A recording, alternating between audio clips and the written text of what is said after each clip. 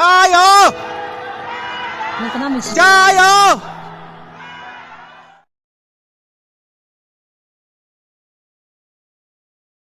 Une telle situation, c'est un mouvement de solidarité à l'attention du peuple chinois, qui est un pays frère et ami de la Côte d'Ivoire. C'est la réaction spontanée du chef de l'État et du gouvernement ivoirien à l'attention de ce peuple chinois. Étant donné que le cœur de l'épicentre de la crise se trouve en Chine, et précisément dans le Wuhan, nous avons effectivement des Ivoiriens qui y résident, 80 personnes qui y résident. Et très tôt, le chef de l'État a donné des instructions que les Ivoiriens qui résident en Chine, précisément à l'épicentre de cette crise sanitaire, puissent être assistés. Donc je fais des petits masques qui sont en tissu, réversibles, qui sont jolis, qui sont rigolos, qui sont écologiques, parce que à la différence des masques en papier, que d'abord on ne peut plus trouver, néanmoins, voilà, ceux-là ils sont réutilisables à l'infini, et l'avantage aussi c'est que juste avec un coup de fer à repasser, qui vous donne une vapeur à 100 degrés, bah, le virus il est stérilisé.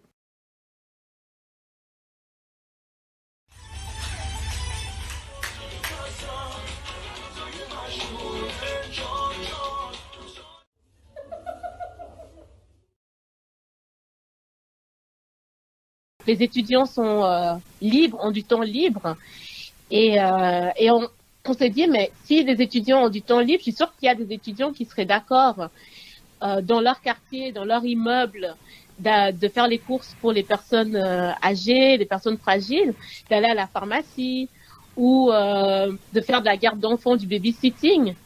Et on s'est dit, bah, peut-être qu'il faut qu'on fasse ça et puis qu'on mette des flyers dans les ascenseurs de nos immeubles pour demander aux personnes qui ont besoin dans nos immeubles de l'aide, de leur apporter cette aide-là. Et la discussion, du coup, c'est poursuivie. On s'est dit, en fait, il fallait que ce soit fait à une échelle un peu plus grande, l'échelle de la ville, en tout cas du canton. Et le meilleur moyen, c'était en fait de créer un groupe Facebook qui sera un lieu d'échange et où les gens qui ont besoin pourraient demander de l'aide, et les gens qui étaient disposés à apporter de l'aide pourraient proposer leurs services, et totalement bénévolement.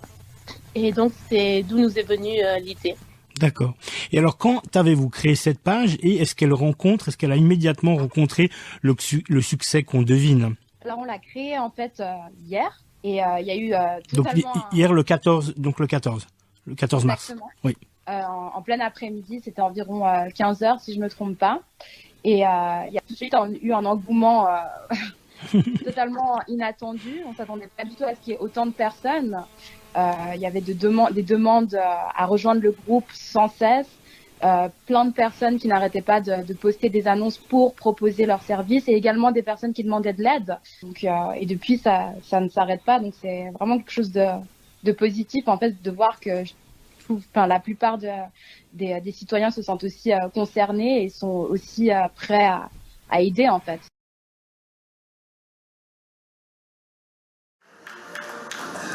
La musique et le chant comme échappatoire au confinement.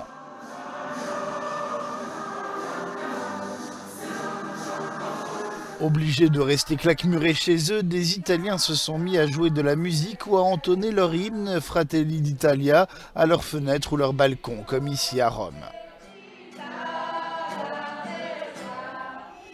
Une façon de s'encourager et de garder le moral face à la peur du coronavirus. Ici à Turin, c'est une chanteuse d'opéra qui a fait profiter les voisins de ses talents, suscitant des applaudissements.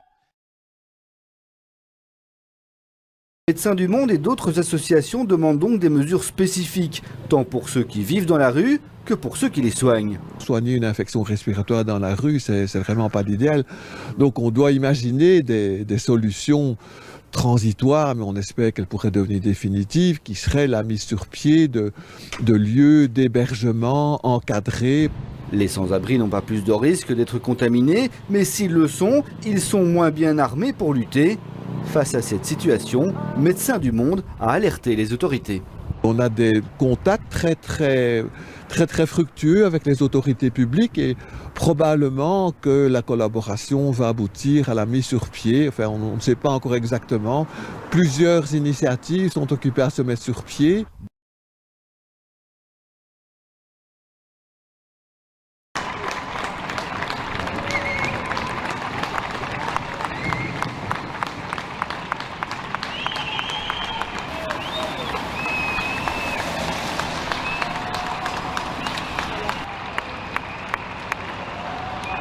Unos más cálidos, si los ves, no veo nada de eso.